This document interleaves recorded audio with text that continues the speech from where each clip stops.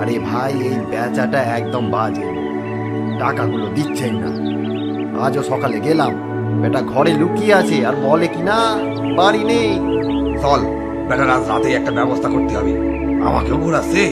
আচ্ছা, বাবুর নামে কিছু বলছে নাকি? না না, আবার আমি ভুল করছি। ওরা মনে হয় বিক্রি পাতির কথাই বলছে, আর আমায় বোকা বানাতে পারবে নি।